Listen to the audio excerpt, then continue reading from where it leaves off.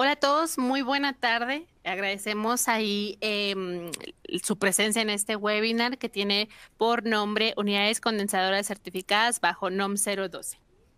También agradecemos ahí un poquito la espera. Teníamos un tema ahí de conexión con un micrófono, pero recuerden que estamos acá totalmente en vivo con ustedes, entonces a veces son cosas ahí de conexión que se nos pueden cruzar.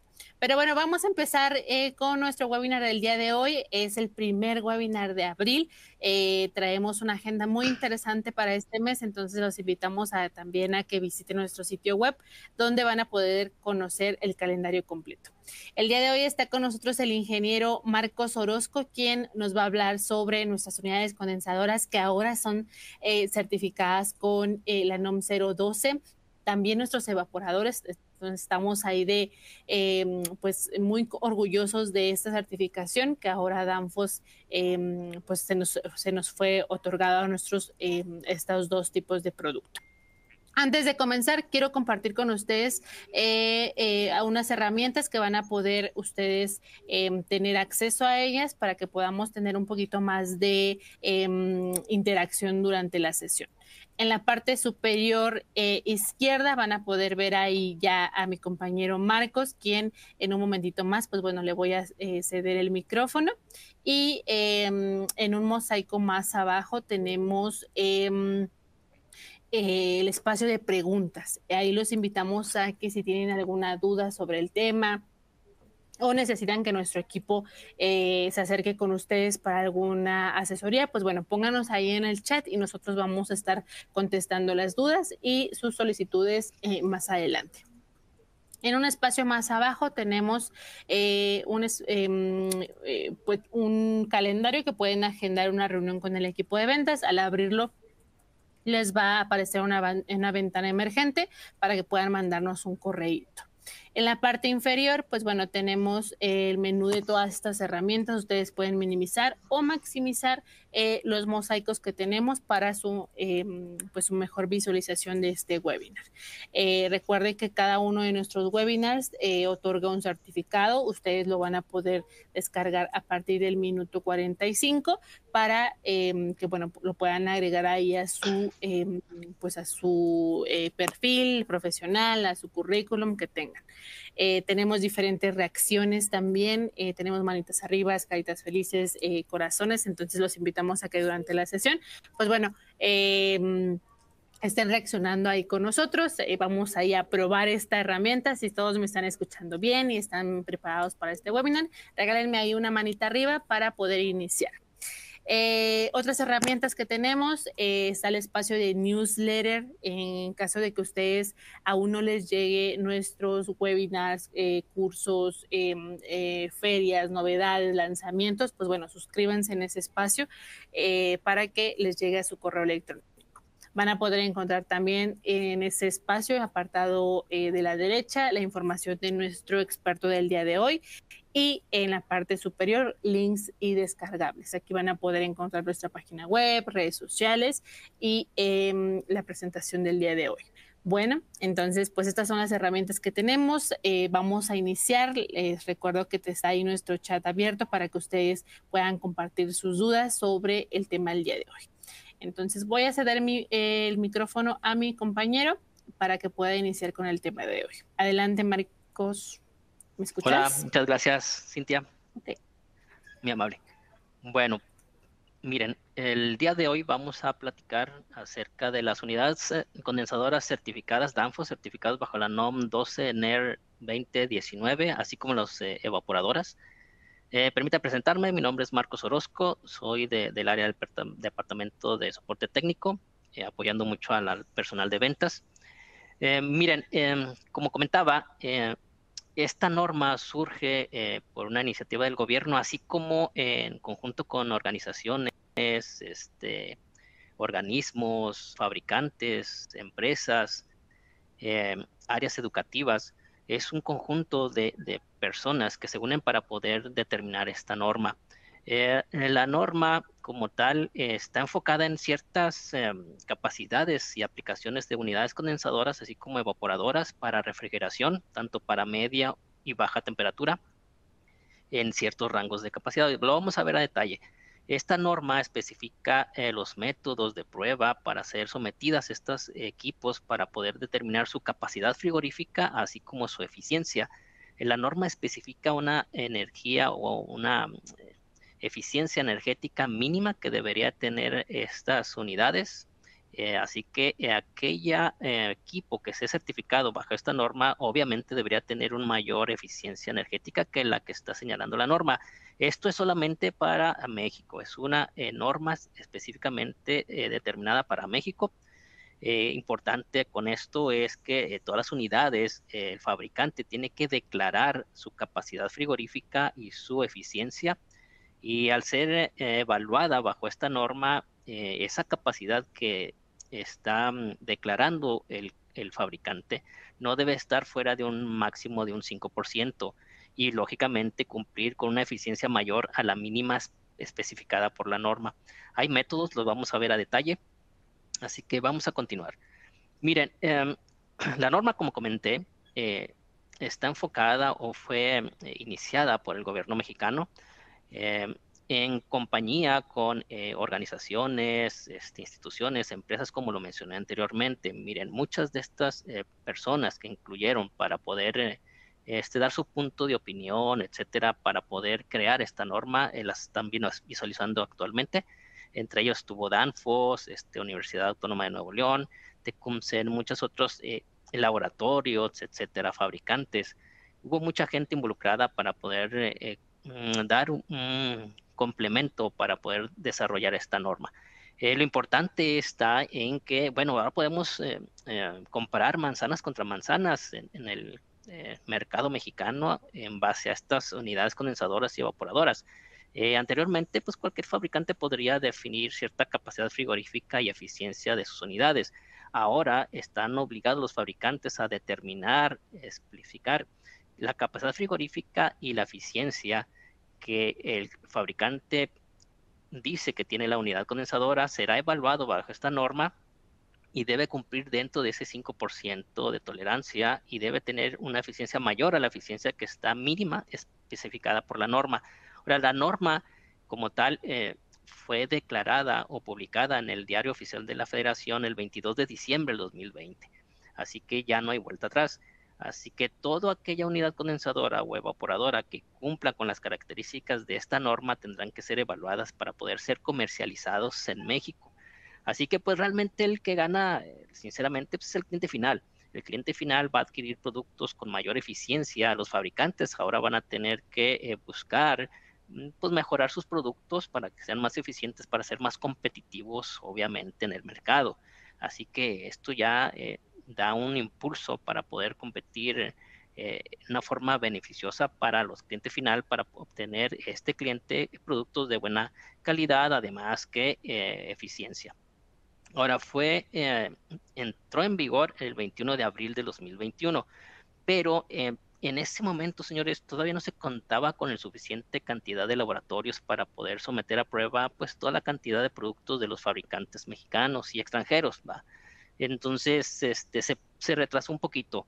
Ahora bien, en la actualidad ya tenemos varios laboratorios certificados. El organismo que va a vigilar que todo esto se cumpla es obviamente el gobierno a través de la Secretaría de Energía, así con CONUE, la Comisión Nacional para el Uso Eficiente de la Energía y la Profeco, la Procuraduría Federal del Consumidor. Son quienes van a vigilar que toda esta norma se cumpla en todos estos productos. Ahora, Danfoss ya cuenta con su laboratorio, se los puedo comentar, certificado por este organismo, la Universidad Autónoma de Nuevo León. Eh, Todo lo que ahorita aparece en su pantalla son 4 laboratorios que están certificados aquí en Nuevo León. Danfoss se encuentra en Apodaca, ANSE también se encuentra en Apodaca, la Universidad Autónoma de Nuevo León se encuentra en San Nicolás de los Garza. Radson tiene un laboratorio aquí en el municipio de Guadalupe. Todos estos que acabo de mencionar están en Nuevo León, están muy cercas. Ransom creo que tiene otro laboratorio en la Ciudad de México y hay otro laboratorio en Querétaro, si mal no recuerdo. Entonces, la mayoría de los laboratorios certificados se encuentran en Nuevo León. Ahora bien, enfocándonos en las unidades condensadoras, esta norma capta las unidades condensadoras para media temperatura que estén dentro del rango de capacidad frigorífica de 2.547 BTUs por hora hasta 88.716 BTUs por hora, y para baja temperatura de 2.547 BTUs por hora hasta 32.415 BTUs por hora. Estas capacidades lógicamente están consideradas bajo la norma, bajo las condiciones de operación que la norma especifica, las cuales vamos a ver más adelante. Ahora, la norma especifica, señores, temperatura media, temperatura baja, pero basados en la temperatura del área de conservación. No es temperatura de evaporación, que comúnmente los que nos dedicamos a la refrigeración, cuando buscamos un elemento, una unidad condensadora o un evaporador, pues lo buscamos por temperatura de evaporación, lo que marcamos nosotros para saber qué aplicación es. La norma especifica realmente la condición ambiental dentro de la cámara. Así que menciona para media temperatura de 15 grados a 0 grados, eso es lo que considera temperatura de cámara como media temperatura, y temperatura baja o baja temperatura de 0 grados hasta menos 40 grados centígrados. Es como determina la norma especificar la aplicación de media o baja temperatura. Ahora, para evaporadoras, mira, dentro de la norma especifican evaporadores, pero de bajo perfil. Recordemos que en el mercado podemos encontrar de alto perfil, medio perfil, bajo perfil. Bueno, lo que está incluido en esta norma y que va a ser evaluado y si no está certificado no se podrá comercializar es aquel producto que sea de bajo perfil. ¿Ok? Es de expansión seca. Puede ser deshielo por aire, deshielo por resistencia, por gas caliente, pero tiene que ser de bajo perfil y que cumpla dentro del rango de capacidad que mencionamos a continuación. Para media temperatura de 1023 BTUs por hora hasta 136.482 BTUs por hora, y para baja temperatura de 1023 BTUs por hora hasta 44.397 BTUs por hora.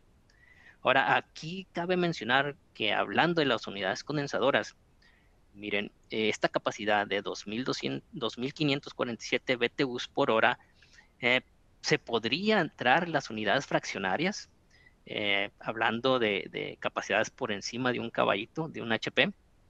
Así que en media temperatura podrían estas unidades fraccionarias poder estar dentro del rango de la exigencia de esta norma y tendrían que ser evaluadas. Pero hay puntos a considerar a continuación. Por ejemplo, ¿qué es lo que está excluido de la norma?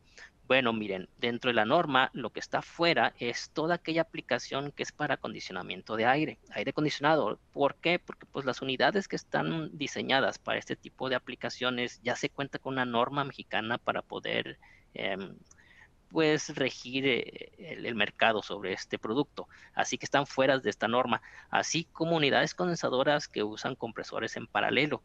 Tampoco son incluidos, y tampoco los compresores inverter. Y además de esto, unidades condensadoras en donde el fabricante estipule, aclare que el gas a ser empleado es un gas natural, amoníaco o CO2. Así que todo esto está fuera de esta norma, hablando de unidades condensadoras.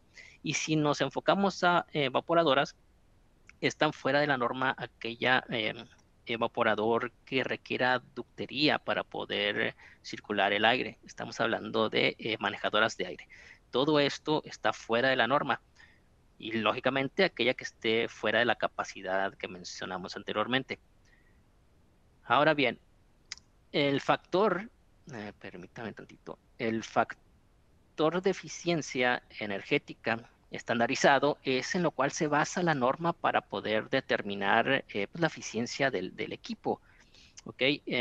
La norma especifica un cierto valor mínimo para unidades condensadoras y evaporadores, los cuales los podemos ver a continuación. Por ejemplo, para media temperatura, tanto el rango de los 2.547 hasta los 88.716 requiere 1.65. Esta es la eficiencia.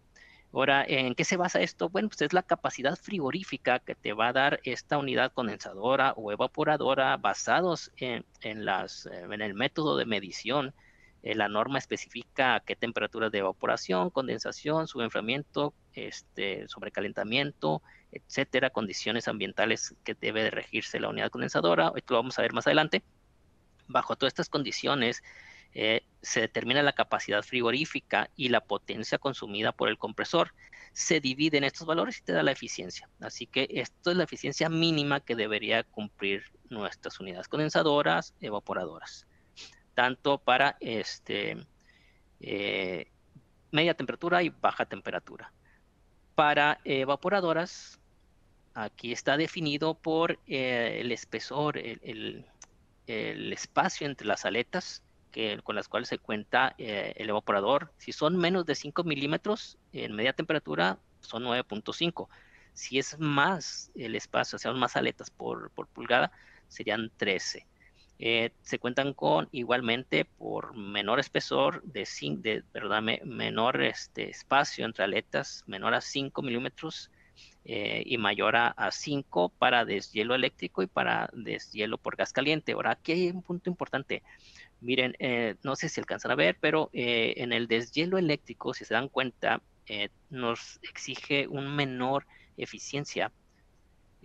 ¿Por qué? Pues porque el deshielo eléctrico, estamos hablando de evaporadores, así que las resistencias eléctricas son parte del evaporador. Estas resistencias van a consumir energía, corriente, potencia, así que se consideran parte del evaporador. Por eso la norma pide menor eficiencia, ¿ok? Y pueden observar que en deshielo por gas caliente aumenta mucho la exigencia. ¿Y es por qué? Pues porque realmente para deshielar el gas que va a ingresar pertenece a la unidad condensadora, al sistema, no solamente al evaporador. O sea, no es parte de la construcción del evaporador. Puedes tener las tuberías que van a estar dentro de esto para poder hacer el deshielo, pero lógicamente no es parte del evaporador. Por eso se descarta y por eso piden este tipo de eficiencia. Ahora, las condiciones de operación bajo la norma especifica para unidades condensadoras, los laboratorios tienen que poder tener las características de sus cámaras. Comúnmente para determinar la capacidad de unidades condensadoras se usa un calorímetro. Ahorita vamos a verlo a detalle. Entonces hay un espacio, una cámara climática en donde es colocada la unidad condensadora. Esa cámara climática tiene que tener la cualidad de poder mantener la temperatura y humedad que está especificando la norma. Aquí nos aclara que esa temperatura ambiente dentro de la cámara debe ser de 30 grados más o menos 1 grado centígrado, con una humedad del 50% más o menos 5%. Así que esta cámara climática en donde es sometida a prueba la unidad condensadora tiene que mantener esas condiciones ambiental y de humedad. Ya el sistema, hablando de la unidad condensadora, en unión con el calorímetro, debemos mantener una temperatura de evaporación dependiendo si es una media aplicación o de media temperatura o baja temperatura, menos 4 grados para media temperatura y menos 32 grados para baja temperatura. Esa es la temperatura de evaporación que se debe de mantener en el sistema de refrigeración y eso se controla por medio de una válvula manual. Lógicamente se emplea actualmente pues, una válvula electrónica a pasos en donde se puede gobernar la apertura para poder mantener esa temperatura de evaporación.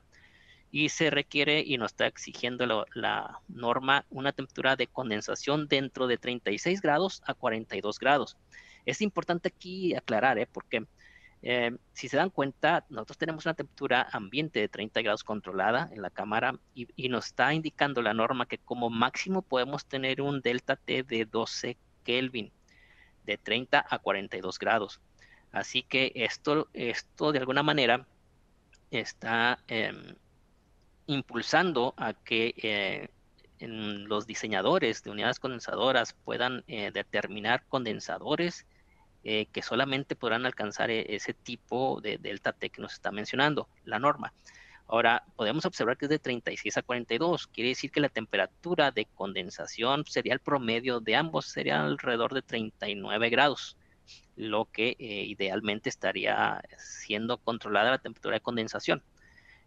Ok, Ahora, pide además un sobrecalentamiento de 5 Kelvin. Esto es un punto de debate en donde algunos laboratorios han comentado, han levantado la mano. La norma, o lógicamente, con las pruebas en mano de los laboratorios certificados, se están haciendo notar, levantando su mano, porque, por ejemplo, aquí la norma especifica un sobrecalentamiento, o sea, quiere decir que la temperatura de succión contra la temperatura de evaporación de 5 grados.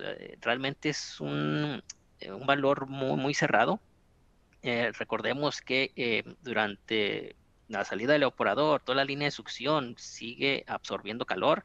La norma especifica que se deben tener por lo menos 7,5 metros desde el calorímetro a la conexión de la unidad condensadora, de los cuales 3 metros tienen que estar fuera de la cámara climática como mínimo. Así que en ese periodo de lapso de distancia, esos 7,5 metros, pues lógicamente va a ir absorbiendo calor la línea de succión. Así que mantener esos 5 grados de sobrecalentamiento, esos 5 Kelvin, es complicado. Así que creo que en el futuro van a modificar este valor. Ahora nos piden un subenfriamiento como mínimo de un Kelvin, de uno hacia arriba. Es lo que especifica la norma para poder, una vez que está controlada bajo estas condiciones de prueba, ya se somete, mínimo tiene que ser una hora, o sea, mínimo tiene que haber transcurrido una hora para poder controlar todo esto. Después de la hora ya, si lo tienes controlado, puedes realizar una prueba para poder determinar los valores que vas a emplear para poder determinar por una fórmula, lo vamos a ver, la capacidad frigorífica y la eficiencia. Después de esa hora, tienes media hora. La norma especifica que como mínimo debes de tener 15 lecturas en esas 30 minutos. Quiere decir que lo máximo intervalos de recopilación de información son cada 2 minutos, pero realmente todos los laboratorios usamos 1 minuto. Cada minuto se va recabando la información del comportamiento. Así que en esa media hora que el producto ya está estable bajo estas condiciones, es cuando tú generas eh, la recopilación de esos 15 mediciones, 15 minutos de esa media hora, si estás tomando el registro cada minuto. Y de esos valores sacas el promedio y esos serán los empleados para poder determinar la capacidad frigorífica. Para los evaporadores, y aquí es donde les comentaba lo complicado que es mantener esos 5 Kelvin, es que mencionan que tenemos que controlar la temperatura del aire de retorno del compresor, perdóname, del aire hacia el evaporador en la temperatura media temperatura de 2 grados y en baja de -24. Cuidado, esto es aire, no es temperatura de evaporación. Tenemos que mantener ese aire de retorno con una humedad menor a 50, igual o menor a 50 por ciento para media temperatura y 43% igual o menor en baja temperatura, y pide también registrar la temperatura de punto de rocío, que basado en esa temperatura de bulbo seco y humedad, pues se nos da esa temperatura. Y nos pide, ahora sí, la temperatura de saturación, que es la temperatura de evaporación. Sería de -4 grados, que es lo mismo para la unidad condensadora, pero aquí en baja temperatura difiere. En la unidad condensadora nos mencionaba -32 grados centígrados la temperatura de evaporación, pero en unidad de evaporación, en un evaporador maneja -30 la temperatura de evaporación. Ahora, aquí es un punto importante que aquí aclara que debemos tener un delta T de 6 Kelvin, 6 grados. Estos 6 es la diferencia de temperatura entre la temperatura del aire y, lógicamente, la temperatura de evaporación. Aquí nos menciona, este es un punto importante para considerarlo para cuando se determina la capacidad frigorífica de un evaporador basado en las fórmulas que presenta la norma. Igual nos indica un Kelvin como mínimo del subenfriamiento y el sobrecalentamiento de 5 Kelvin. Y esto es lo complicado porque en un evaporador nos menciona que el sobrecalentamiento a la salida del evaporador debe ser de 5 Kelvin. Y en la unidad condensadora nos menciona que a la entrada del compresor, el sobrecalentamiento del compresor también deben de ser de 5 Kelvin.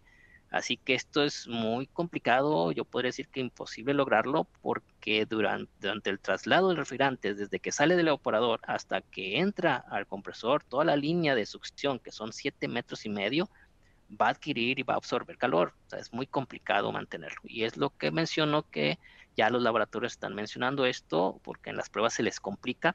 Así que es muy probable que esto lo considere el organismo y pueda modificar algo. A lo mejor subir ese sobrecalentamiento de succión en el compresor, a lo mejor a 10 en vez de 5. Y miren, y aquí nos considera ya la temperatura de condensación, son de 40,5 para unidades de evaporadoras, así que este valor se puede considerar para poder determinar la temperatura de condensación en las unidades condensadoras que estamos pensando, o que está determinado entre 36 grados a 42. Ahora bien, miren, la norma especifica, y aquí también es otro punto ahí a debatir, está en que la norma especifica el refrigerante 404A como el refrigerante a ser empleado para poder someter a prueba estos equipos. Así que el fabricante, cuando va a certificar una unidad condensadora o una evaporadora, tiene que estar consciente que este producto es compatible para poder trabajar con 404A. Ahora, si el producto no es compatible, y aquí es donde empieza la situación. Imagínense una unidad fraccionaria en donde, pues, por la capacidad que tiene el compresor y la aplicación, digamos que alcanza la capacidad mínima dentro de esta norma, que son los 2,547 BTUs por hora. Pero imagínense que está diseñado el compresor para trabajar con 134A. Está obligado, bajo la norma, a que ese equipo va a ser empleado con 404A para poder realizar la prueba. Así que el compresor realmente no está diseñado para trabajar con este refrigerante, así que la eficiencia de este equipo será diferente. Así que esos son los debates que existen ahorita. La norma especifica aquí una corrección cuando el fabricante declara que la unidad condensadora trabaja, o evaporador trabaja con otro tipo de refrigerante, que va a ser cargado con otro tipo de refrigerante. Así que de la capacidad que de la unidad condensadora basado en estas condiciones, trabajando con 404A, ese valor se multiplicará por este factor de corrección si va a emplear cualquier otro tipo de refrigerante. Si podemos observar para media temperatura, se dan cuenta que pues, tendrá una menor capacidad. Solamente aquí pues, el R22 ya no aplicaría, sinceramente, pero todo lo demás, como podemos observar, es pues una reducción de capacidad. Así que pues de alguna manera se está obligando a que todo sea con 404A durante las pruebas. Y si la unidad condensadora o evaporadora maneja cualquier otro tipo de refrigerante, pues tendrá una disminución de capacidad. Ahora, esto está, como dice la norma, avalado. Estamos conscientes que hay una pérdida dependiendo del refrigerante que se emplee. En algunos aumenta un poco más la descarga, etcétera. Y esto, pues lógicamente, causa que la capacidad frigorífica y eficiencia se modifican. De ahí viene esta corrección. ¿Ok? Bueno, miren, los laboratorios pues deben de cumplir con todos los requerimientos de sensores, eh, manómetros para medir la presión, pues, transductores, mejor dicho. Un punto importante es el medidor de flujo de masa que exige la norma. Esos tienen que estar calibrados, certificados. Así que las pruebas, además de ser empleados solamente el 404 para evaluarlas, tienen que ser evaluadas también solamente en 60 Hz, y la norma especifica que deben ser empleados con el voltaje mayor notificado o declarado por el fabricante. Así que si tenemos una unidad condensadora que maneja de 208 a 230 volts, la prueba tiene que ser corrida a 230 volts, 60 Hz, ya sea monofásico o trifásico. Miren, dentro de la norma, y aquí ya entramos en cuestiones más, más complejas, la norma muestra 3 métodos para poder ser sometidos a pruebas estos equipos, tanto unidades condensadoras como evaporadoras. maneja la primera. Mira, estos dos que se presentan están enfocados más para el evaporador, ¿ok? Ahorita más adelante les voy a explicar más a detalle sobre las unidades condensadoras. Em, miren, el primer método que menciona es el doble instrumentación. Miren, la norma específica para poder determinar la capacidad frigorífica, y es algo muy interesante, es que maneja dos métodos para poder definir la capacidad frigorífica. El primero de ellos para los tres métodos es determinar el flujo másico. Por eso en todos los métodos se emplea, miren, el M1 o M2, M1, este es el medidor de flujo de masa. Este debe estar calibrado, certificado, y esto es lo que nos va a determinar en la cantidad de refrigerante que recircula en el sistema, es el flujo másico, ¿ok? Y bajo las características, cuando ya se controla la prueba con las presiones y temperaturas especificadas bajo la norma, en el diagrama de Mollier del 404A se va a definir la diferencia de entalpías entre la entrada del evaporador y la salida del evaporador más el sobrecalentamiento de 5 Kelvin. Esa diferencia de entalpías se multiplica por el flujo másico y obtendremos nosotros la capacidad frigorífica del sistema basándonos en el diagrama de Mollier. Ahora, para estos dos métodos y para el de calorímetro es lo mismo, pero aquí hablando del evaporador, recordemos que menciona el delta T, la diferencia entre la temperatura del aire que está ingresando y la temperatura de evaporación. Así que a este flujo másico, en los dos métodos, multiplicado por la diferencia de entalpías, se tiene que multiplicar aparte por una corrección del delta T. Recordemos que nos menciona 6 Kelvin de delta T, pero si el evaporador tiene un delta T mayor o menor, es corregido y llevado a esos 6 Kelvin. Por eso se multiplica al final por una corrección del delta T. Y eso nos dará la capacidad frigorífica por el método de flujo másico. Ahora, en el método de instrumentación, se emplean pues doble instrumentación, como lo dice aquí, maneja dos grupos de sensores, de presiones, de flujo másico, por eso podemos ver aquí M1, M2. Así que un grupo de instrumentación se va a medir, vas a evaluarlo, vas a determinar su capacidad frigorífica y luego emplearás el segundo instrumentación, el segundo grupo de instrumentación, y vas a hacer exactamente lo mismo, vas a determinar su capacidad frigorífica. Así que de esa manera, esos dos capacidades frigoríficas se van a sumar, se dividen entre dos, sacas la media, y esa sería la capacidad frigorífica que tiene el sistema. ¿Ok?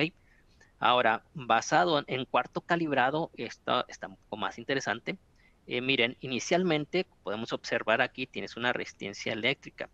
Ahora se me ha pasado a comentarles que aquí, en el momento que pones en marcha el sistema, lógicamente el evaporador estaría extrayendo el calor de la cámara que está aquí dentro del compartimiento, y tú vas a inyectar calor a través de este elemento eléctrico y vas a controlar la humedad y temperatura. Vas a estar inyectando calor hasta que la temperatura del aire pues concuerde con lo que está especificando la norma, que son dependiendo 2 grados temperatura de media, si estamos hablando media temperatura, serían 2 grados con la humedad, etcétera. Ya cuando logres este control es cuando se mide lógicamente el flujo másico y se determina por la diferencia de entalpías, por la corrección del delta T. En esta otro método de cuarto calibrado, en la cámara donde está incorporado el evaporador, lógicamente tiene un aislamiento. Tú inicialmente con el sistema apagado, lo que vamos a determinar son las pérdidas de calor a través de esta cámara. ¿Ok? Tenemos 4 sensores en las 4 esquinas y tenemos otros 4 sensores fuera de la pared de la cámara. Lo que va a hacerse es primero determinar las pérdidas térmicas. Se va a energizar la resistencia hasta que tengamos un diferencial de temperatura de 14 Kelvin. Así que se va a calentar la cámara hasta que tengamos 14 grados diferencia o mayor a la temperatura externa. De esa manera, la capacidad, la potencia eléctrica, los watts que requeriste para mantener ese delta T se multiplicará, bueno, perdóname, se va a dividir entre la resta de esos dos valores y eso nos dará el factor de corrección. Es bien importante. Ya que tienes ese factor de corrección, ya inicia la refrigeración, comienzas a controlar todo de acuerdo a la norma, empezarás tú a inyectar calor para poder controlar aquí tanto la humedad como la temperatura de acuerdo a la norma, lo que especifica. Una vez que ya esté controlado todo, lógicamente el primer método de medición de la capacidad frigorífica está basado en el flujo másico en el sistema por la diferencia de entalpías, por la corrección por el delta T, y tendrás una capacidad frigorífica. La otra capacidad frigorífica está determinada por el calor que requeriste para poder mantener ese equilibrio dentro de la cámara, que viene siendo el factor de corrección que ya habíamos determinado, se va a multiplicar por la diferencia de temperaturas que ahora tendrás. Recuerden que esto está refrigerando y esto está calentando, así que aquí ahora tendrás una temperatura pues de cámara, que son los dos, pero acuérdate que esto inyecta.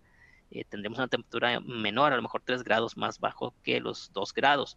Así que llegará a un punto de equilibrio esta temperatura que será menor al medio ambiente. Así que ese factor de corrección se multiplica por la diferencia de temperaturas y ya tendrías tú la capacidad, sí, lo que es la pérdida térmica.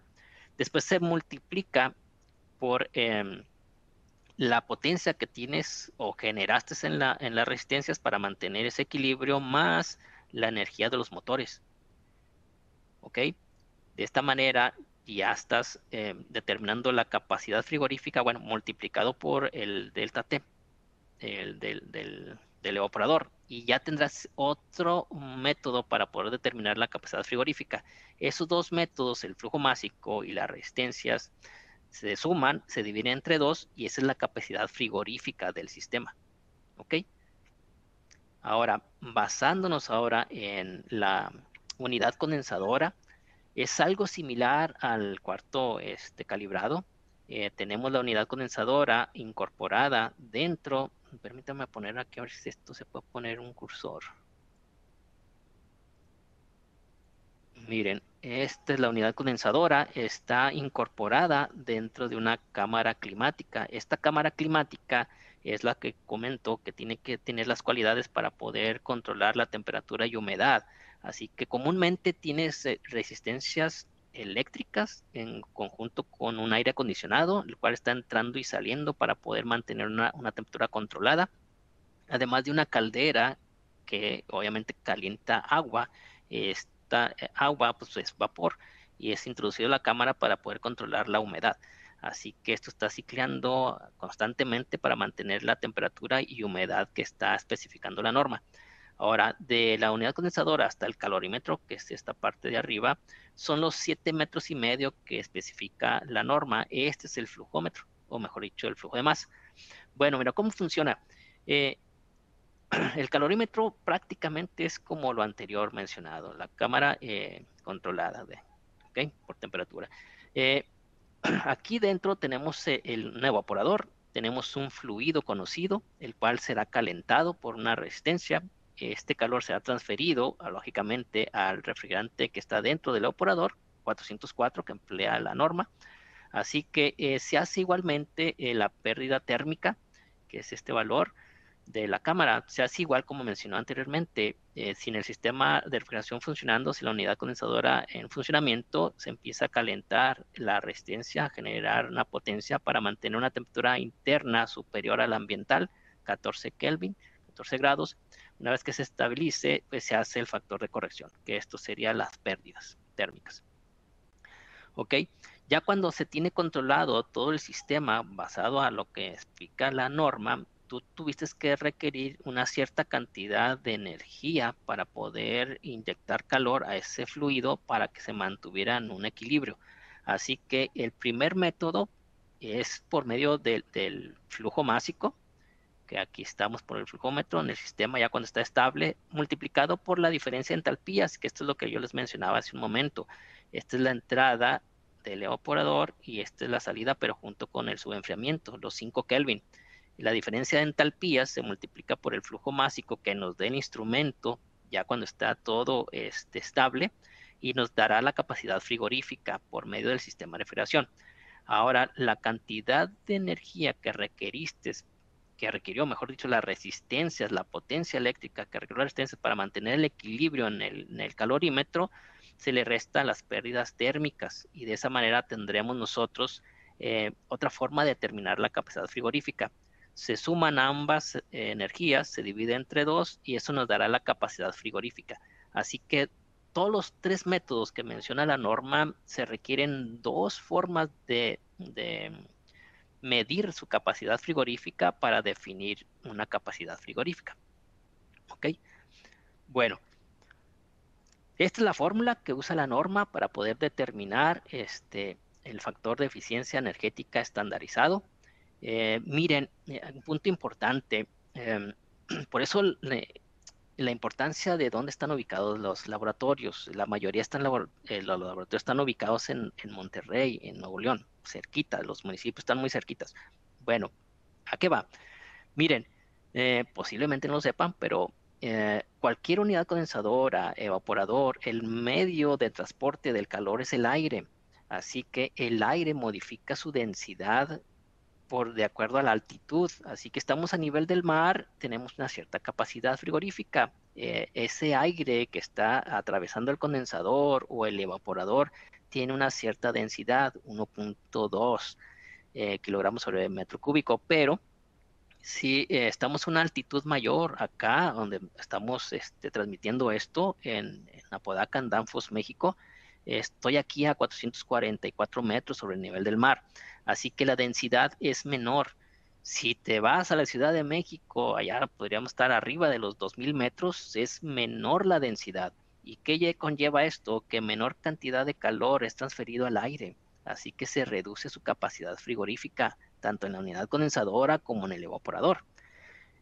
Vas a modificarse, ya hablando en campo, se va a modificar las condiciones de operación, así que no es lo mismo el comportamiento que tendrá un evaporador o una unidad condensadora instalada en la Ciudad de México, 2000 metros sobre el nivel del mar, a la que tengo aquí en Monterrey.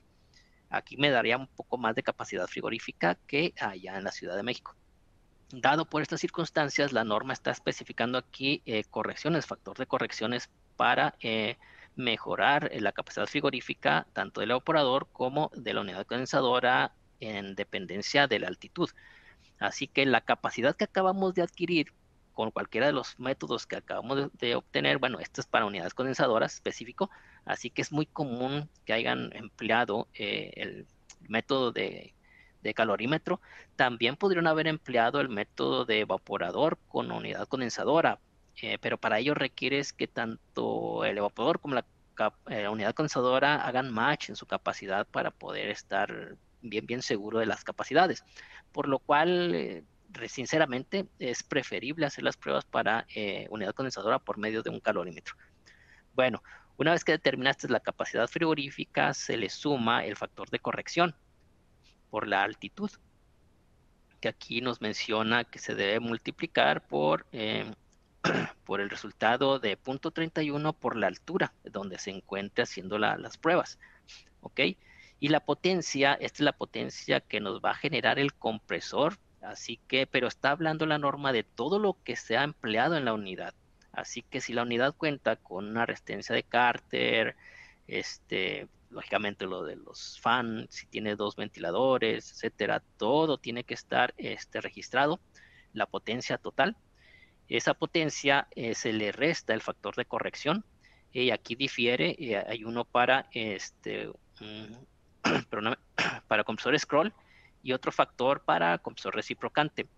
Este W auxiliar es cualquier otra potencia que tenga como accesorio la unidad condensadora. Si se va a incorporar a otro elemento que vaya a consumir potencia, se debe de incluir. De esta manera, la capacidad frigorífica, ya con el factor de corrección de acuerdo a la altitud, se divide entre la potencia por el factor de corrección y eso nos dará el factor de eficiencia energética estandarizado, con lo cual se tiene que comparar contra el valor mínimo requerido por la norma. Hablando de evaporadores, es un poquito más sencillo, se ve aparatosa la fórmula, pero realmente es simple. Miren, esta sería la capacidad frigorífica que se determinó por medio de la aplicación del método de doble instrumentación o cámara calibrada por el método del flujo másico y del calor transferido.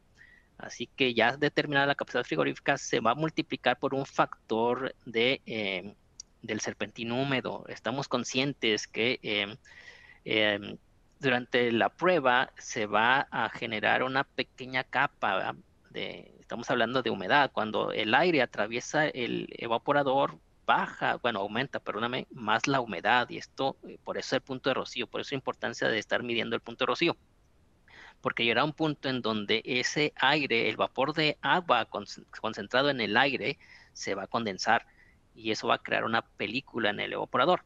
Así que para poder compensar esta situación, la norma especifica aquí un factor de corrección para media temperatura de 1.07 y para baja temperatura de 1.03.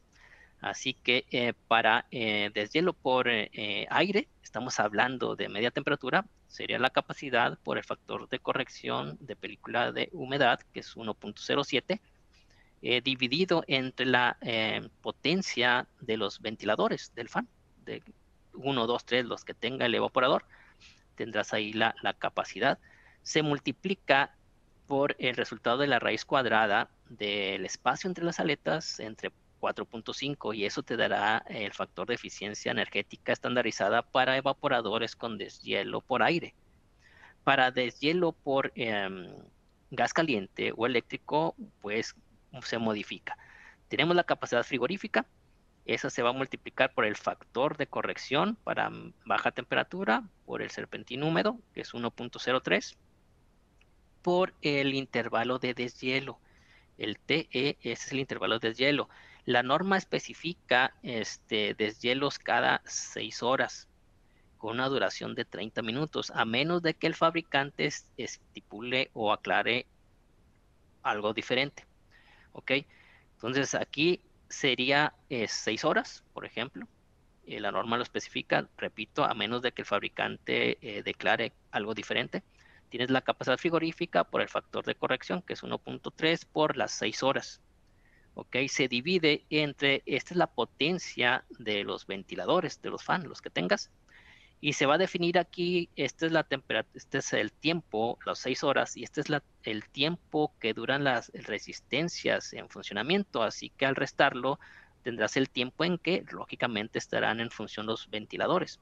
Así que aquí solamente estás determinando la potencia que será consumida en el periodo de funcionamiento de ventiladores, más la potencia de las resistencias eléctricas por el tiempo en que funcionarán las resistencias, que son 30 minutos. La norma no especifica que debe ser en horas, así que eso multiplica por 0.5. ¿Ok?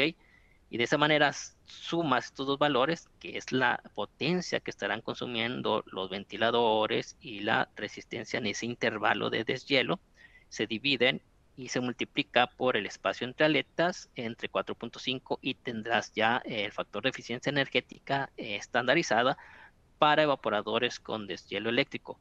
Cuando son empleados evaporadores con gas caliente, se descarta esta parte, el consumo de la potencia de las resistencias por el intervalo de tiempo. Así que esto se descarta, y de esa manera pues vas a tener el factor de eficiencia energética estandarizada para evaporadores por gas caliente. Ahora, mire, les presento una de las unidades ya certificadas por Danfoss. Danfoss, lógicamente, tuvo que hacer pruebas, por eso les comento, realmente los fabricantes van a tener sus cámaras para poder determinar estas capacidades, porque el fabricante está obligado a declarar la capacidad frigorífica y eficiencia que tendrán las unidades. Así que esos valores serán, o ese equipo y esa documentación son entregadas al comité, y el comité es encargado de poder enviar esa unidad a ser evaluada en otro laboratorio para no ser juez y parte. Así que se evalúa y ya es cuando se otorga el certificado. Ahora, hay dos modalidades. Está la modalidad que dura un año su vigencia de la certificación, y eso es cuando ya es certificado el producto y periódicamente el comité puede pedir un equipo no necesariamente el mismo, tiene que ser de producción para poder evaluarlo nuevamente y estar consciente que sigue cumpliendo con la exigencia de la norma. Ahora, recordemos que el fabricante tiene una tolerancia del 5%, así que no necesariamente va a tener o se exige que tengas la misma capacidad que la primer muestra que entregaste. Tienes ahí un punto de 5% de tolerancia. Así que mientras estés dentro de ese 5% de tolerancia que se fue evaluado y que fue notificado, y siempre cuando esté por encima del valor mínimo de eficiencia, el producto sigue certificado. Y la otra modalidad dura 3 años. Es algo similar, pero también está requerido que se evalúe el medio de producción, así que la línea de producción es la calidad.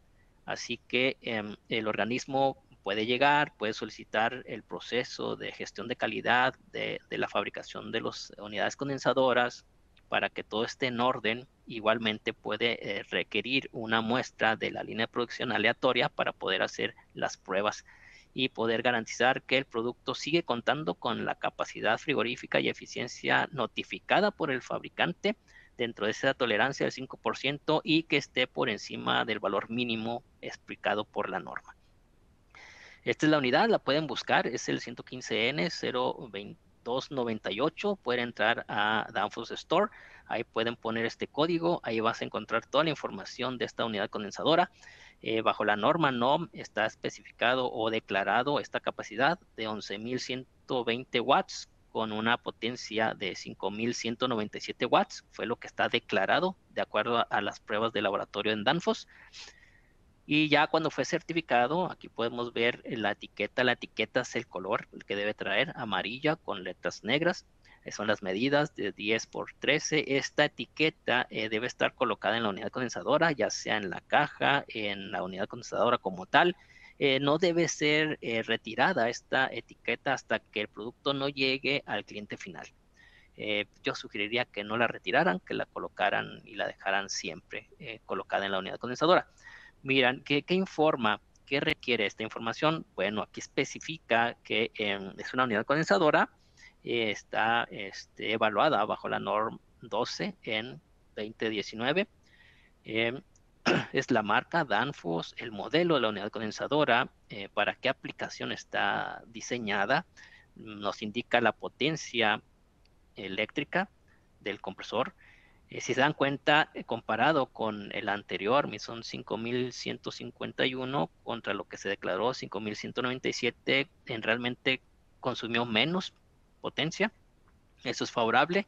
Y la capacidad frigorífica declarada fueron 11.120 cuando la capacidad evaluada fueron 11.350, mayor capacidad. Así que ya en otro laboratorio tuvimos una mejora de mayor capacidad y menor potencia consumida que se transforma en mayor eficiencia. Así que lo que haces es simplemente la capacidad frigorífica, este valor lo divides entre la potencia y obtienes lógicamente la eficiencia. Esto ya es comparado contra la eficiencia mínima requerida por la norma y aquí arriba te muestro la fórmula que emplea la norma. La eficiencia que obtuviste del modelo, que fueron los 2.2, se divide entre 1.65, se le resta 1, se multiplica por 100 y obtendrás el porcentaje de ahorro, que nos dio 33.3, alcanzó a ver.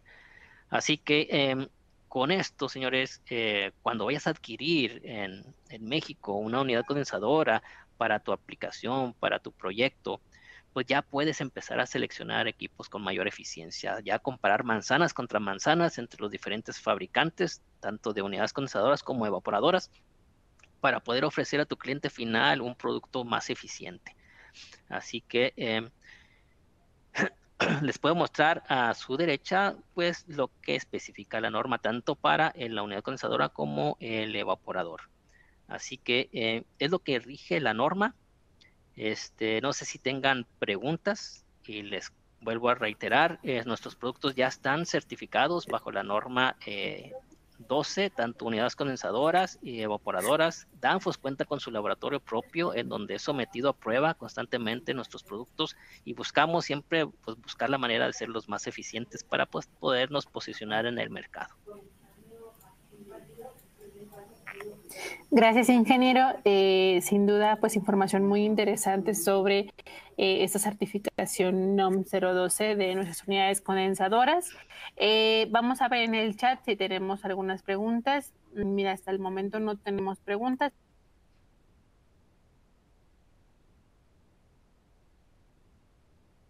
Bueno.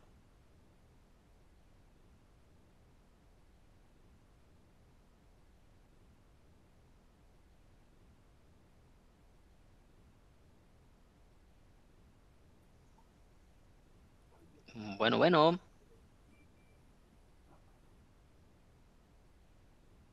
Mira, no tenemos preguntas en el chat. Vamos aquí a, si todo está claro, ahí regálenos una manita arriba, ya los que están acompañando todavía hasta el momento.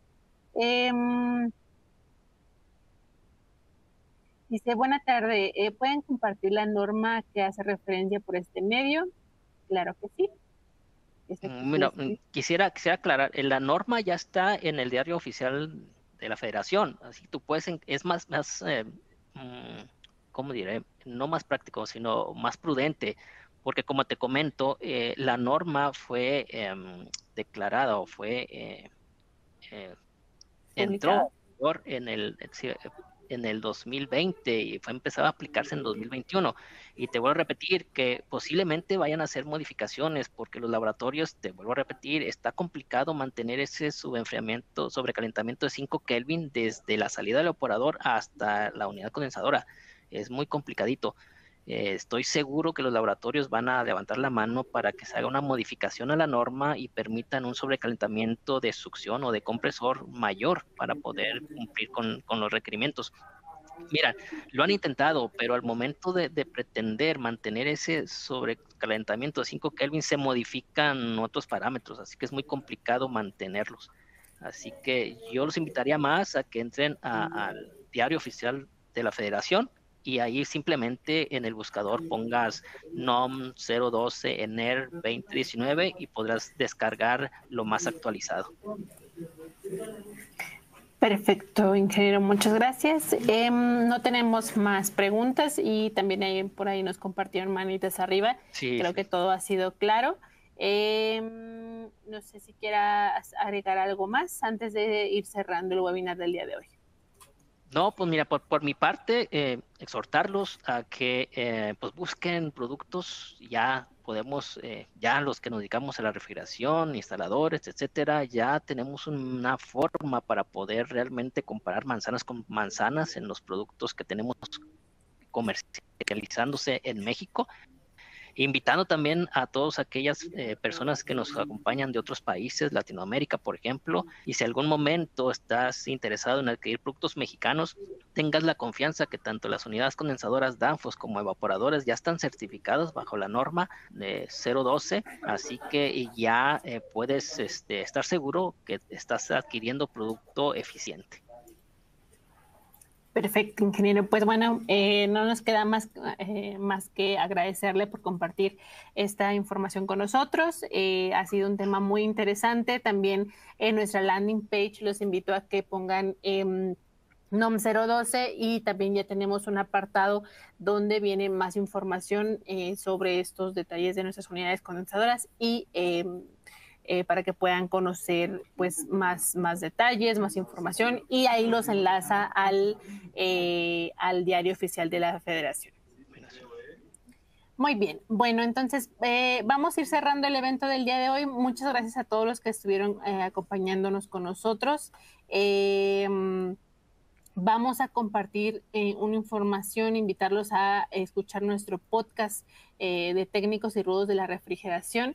Estamos recién estrenando nuestro episodio número 17, que justo hablamos también de esta certificación de las unidades condensadoras, cómo fue un poquito el proceso, más a detalle con la colaboración con laboratorios, los beneficios que tiene esta certificación para nuestra industria, para ustedes como prestadores de servicio, quienes estén escuchando, contratistas y también para el usuario final. Entonces, vayan a nuestra landing page de técnicos y rudos de la refrigeración para que puedan escuchar este episodio, que es una Cool Talk con Noé Cruz y Jacobo Sainz. También les comento, estamos recién estrenando nuestra revista Solutions, la edición número 9. Hablamos también sobre refrigerantes con bajo GWP. Tenemos un caso de éxito bien interesante sobre las aplicaciones de Danfoss en la industria tequilera. Entonces, lean esta nueva edición, donde vamos a poder encontrar interesantes artículos.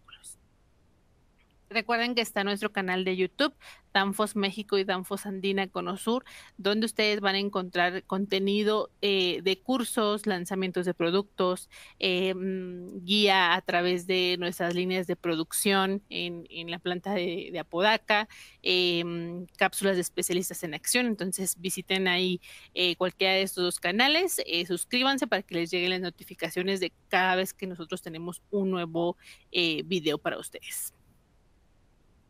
También está nuestro Danfoss Product Store. Recuerden que esta página está disponible para ustedes en el momento que ustedes desean ingresar, los 7 días de la semana. Pueden revisar disponibilidad, pueden revisar información técnica de nuestros productos, tanto de Climate, Drives y Power Solutions. Están también nuestros correos de atención al cliente, tanto de México, Colombia, Chile, Argentina, para cualquier tema que requieran consultar con nuestros expertos, puedan mandar su correo y daremos seguimiento a sus solicitudes. Antes de cerrar, quiero invitarles a contestar una breve encuesta. Esta encuesta es de satisfacción, son 3 preguntas muy rápidas que, pues bueno, sus comentarios nos ayudan a ir mejorando día a día para ustedes. Y pues bueno, sin más, el día de hoy vamos a cerrar nuestro webinar. Agradecemos su participación, que tengan una excelente tarde y no olviden consultar nuestro calendario de los próximos temas para el mes de abril. Muchas gracias a todos, que tengan una excelente tarde.